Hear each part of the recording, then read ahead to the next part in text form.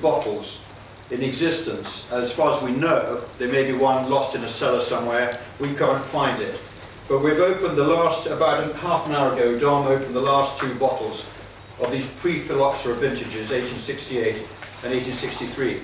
Not all of you will be allowed to taste it. I mean, most of us in the room, but sadly, half the home team have been told they can't taste it because there's only one bottle. But it's not only the 1868 and the 1863. The 1924 we've opened has only got one other bottle that we know of. 1908, we bought 6 bottles from a man in Norfolk the other day before Berry Brothers or J&B got hold of them. The last few bottles of 18, 24, 34 and 45. Why are we doing this tasting? There are 2 reasons. It's Cockburn's Bicentenary this year, and we wanted to share with you something of what we learned in the 2012 tasting that we did at Factory House in September 2012. I'd just like to put the Bicentenary into some sort of context. My cousin Charles on my left is the head winemaker of our family and head viticultural. He looks after the vineyards and the winemaking. Rupert, my cousin, looks after the US market and the financial aspects in our company. Johnny on my right looks after the commercial area of the business and certain markets on his own. And my brother Dominic is currently managing our marketing as well as looking after markets like Germany, Scandinavia and Russia. The 5 of us in 2006 took a huge leap. We borrowed a huge amount of money and bought Cockburn's. And I just want you to realise that through the late 19th century until the 1960s, Cockburn's completely dominated the pork trade. They were by far and away the largest pork market. Nobody paid a farmer in the dough before you knew what Cockburn's had paid the farmers for the grapes that year. Taylor's, Dow's, Graham's, Wars were considered small fry. They were the little companies. There were 2 giant companies that dominated port. There's a visitor's book downstairs from the lunchroom at Cockburn's, and my father, when he joined the pork trade in 1948, was summoned by Reggie Cobb as a little junior coming into the pork trade. I've got the Army and Navy price list here from 1925. In 1925, Crofts 08 was going for 160 shillings a case. War was 170 shillings a case. Taylor was 170, and Cockburn's was 175 shillings. The 04 was 175, Fonseca 165, and so on. Cockburn's would fetch the highest price by a long way. In the 1935 Army and Navy list, Cockburn's 1900 was 212 shillings. This is only speaking in general.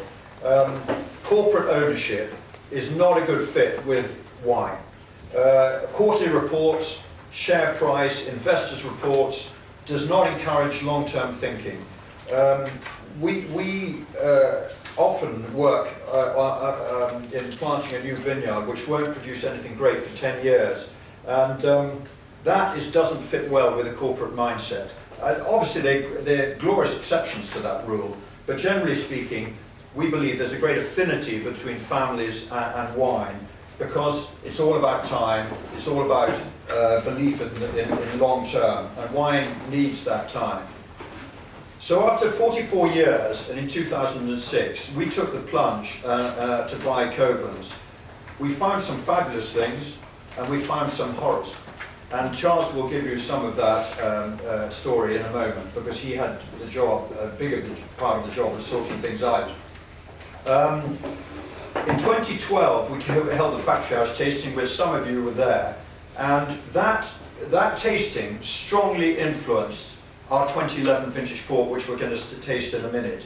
And those of you who are there know that we were tasting wines which the 5 of us here, many of them we've never tasted before, and we wanted to try and find out why it was that Cockburn's in 1920, in the 30s and before, fetched higher prices than any other. Why was it? What made the wine? What was the Cockburn style? And after that tasting, obviously the 2011 vintage port had been made by then, but the final blend certainly hadn't been. So we took a lot of lessons from the comments made by some of the people who were tasting with us.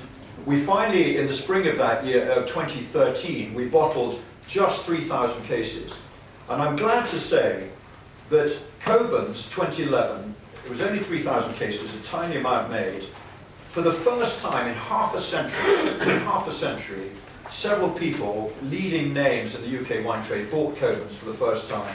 For more than 50 years, they had not bought, and I'll just list some of you here: Berry Brothers, Tanners, J&B, Lee and Sandeman, the Wine Society, Corney and Barrow, Cambridge Wine, and several livery companies and several London clubs bought Cockburn's for the first time in half a century.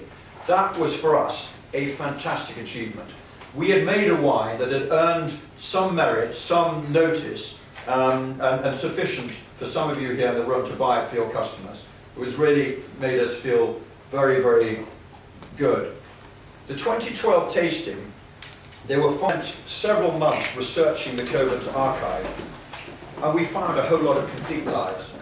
When we met you in 2012, or some of you, we told you that Robert Cockburn, who founded Cockburn's, had been in the Peninsular Art War with Wellington, and that you read that in all the history books. It's complete nonsense. He never went anywhere near the Art of the War or the army, and so this book is about the real origins of Cockburn's that Pierre de l'Étang found in the archives. They were all sitting there, just a few floors below.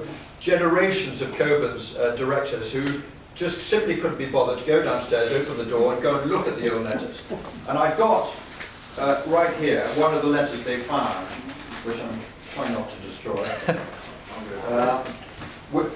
Signed by Robert Cockburn. Complete nonsense. In 1147, the Second Crusade, King Alfonso I of Portugal convinced a whole lot of crusaders, mostly English, but also Dutch and Flemish, to stop off in Lisbon to capture Lisbon from the Moors in 1147. And many of them stayed on.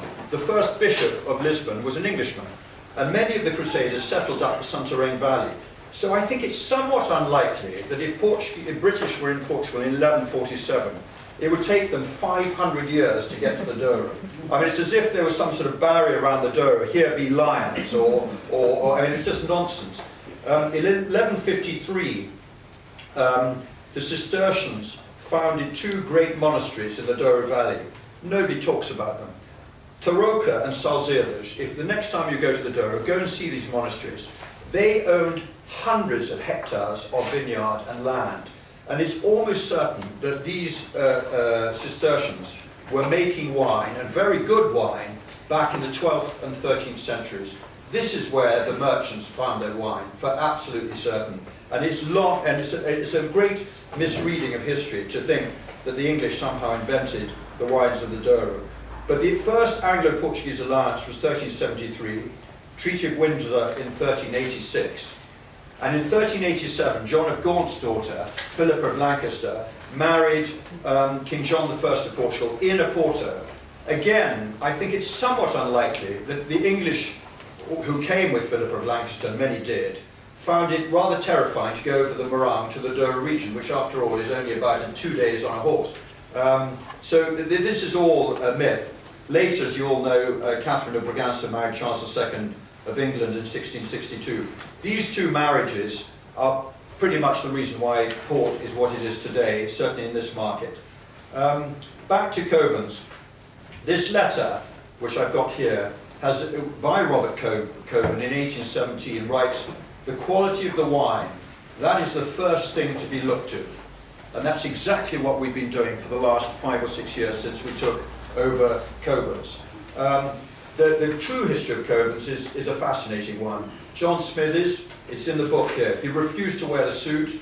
Well done, Jamie Good, who's put a suit on and tie today for the first time I've ever seen him with a suit and tie. My daughter told him to do that, and I'm sorry about that. But apparently John Smithers refused to wear the suit, tie and bowler hat that was obligatory if you sold Cockburn port, and wanted to go to Portugal. He planted and experimented with vines at Quinta da Tua and Touriga Nacional especially. Cockburn's did a remarkable thing.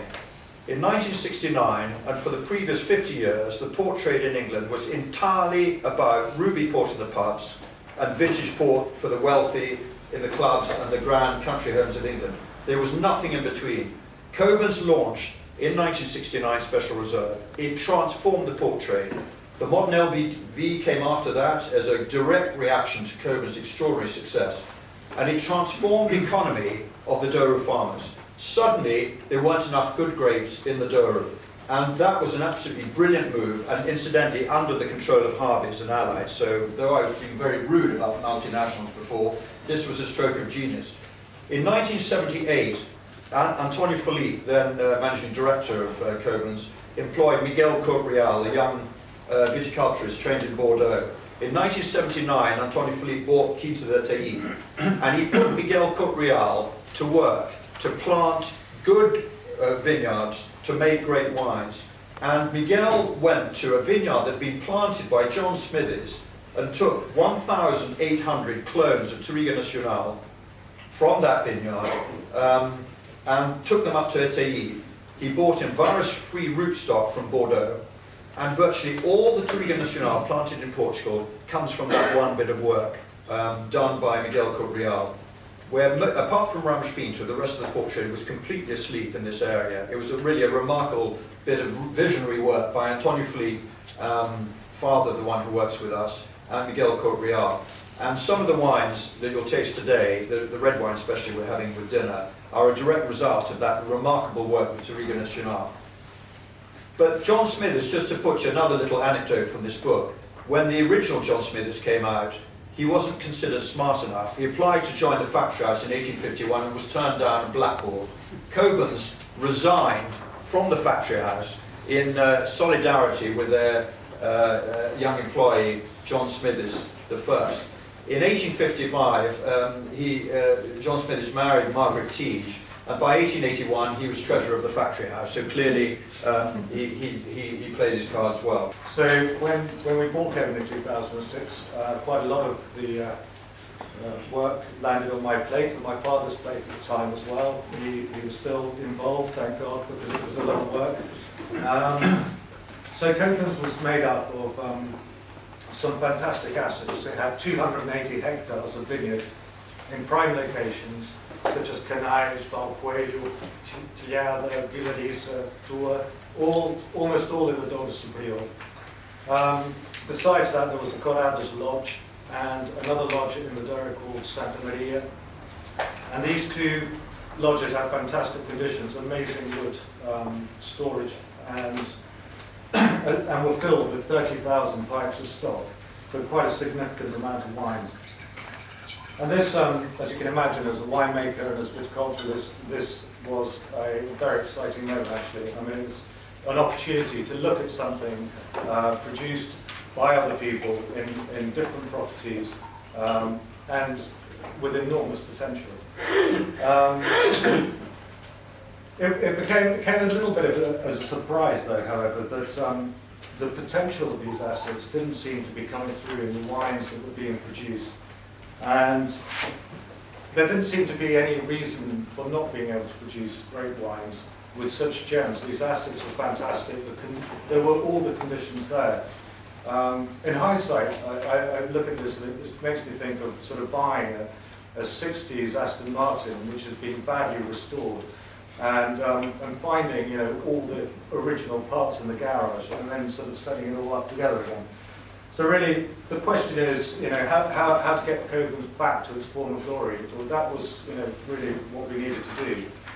And there were really four main areas that Cockburn's were needing to deal with, or that we needed to deal with.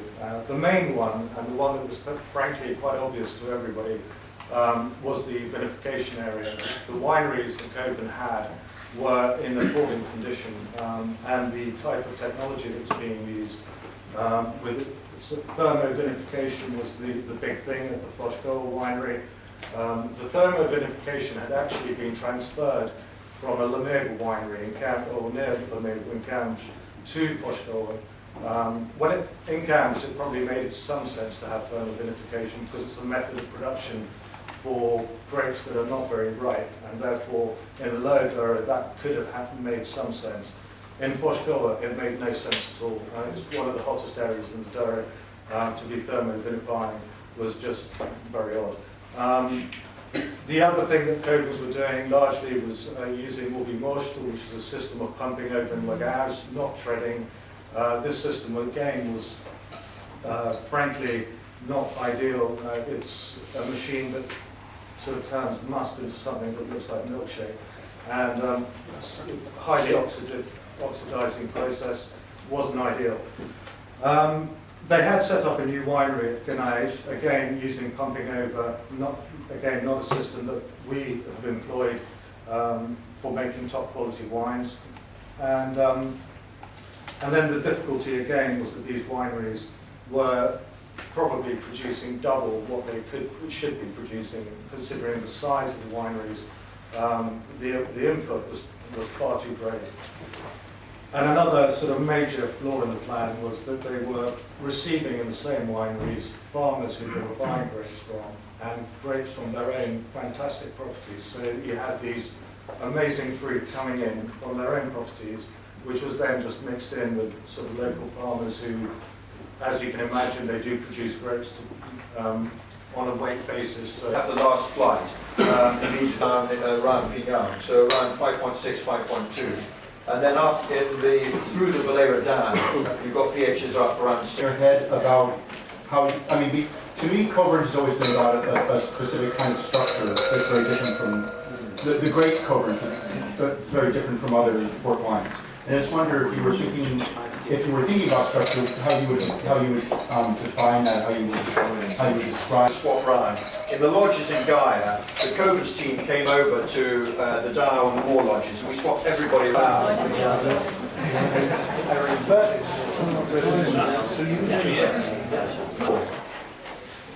1924. Well, this wine was made at an historical time in the port trade. Firstly, the port trade was singing as well, in so much as it was already shipping 100,000 pipes a year. So it was a time that the trade was in extremely good shape and absolutely thriving.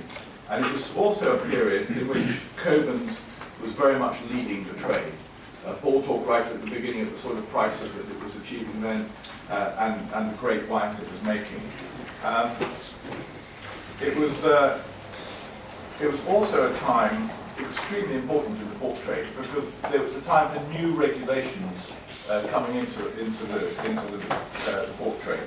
It was when the Intraporto, which is the demarcated region of Villanova de Gaia, was defined, and so all the aging had to be done in Villanova de Gaia. It stopped people shipping direct from the Douro. This wine was produced from a very hot vintage, and it's not declared, but the conditions of the vintage would suggest that a declaration might have been possible, considering the conditions: very low yields, very hot, end of August, followed by a little bit of rain, and then a vintage quite late at the end of September. But nevertheless, and again, it may have been that because Cockburn was producing wines, a lot of wines from the upper We opened 4 for the 2012 tasting, and we opened 3 for this one now. And we only have 1 left. But amazingly, 2 months ago, a bloke in Norfolk sent us an email and said, "I've got some Cockburn 1908. How soon should I drink it?" I haven't it ready yet. I kid you not. And the man, I better not tell you his name because it'll be all over the Daily Telegraph tomorrow. But the fact is, he had 42 bottles of Cockburn 1908 in this house that he bought in 1971. He doesn't have. And the house he bought in 1971 had belonged to somebody called Charles Finch, who was a director. Oh, you're giving it away. No, it's not his name. No, he bought the house off somebody called Charles Finch. And a director of the Norwich Brewers, Stewart and Patterson. I don't even know if they still exist. So, Joan Vasconcelos, she was in the room somewhere. I said, for God's sake, get onto that guy and say, if you don't sell it immediately back to Cockburn's, it's going to disappear. No, we didn't say that, but we did say, could we buy some bottles off him? And he sold us 6 bottles. He was very hard negotiator. Too much. Too much. What do you pay for it? 600 quid a bottle. Cheap as right, isn't that? Where's cheap as right? It's actually 650. 650. And then That's with Joan's commission. That's my bet. And my bet negotiation. and then he said, I'd like a case of young Cockburn vintage pour as well. So it wasn't going to be an easy push. Anyway, so we now have 6 more bottles than we had at the beginning of that little exercise. That fateful journey leaving Vesuvio, and in which Baron Forrester was, of course, drowned in the Caixão de Valera. As we mentioned, Caixão de Valera being the gateway to the Douro Superior.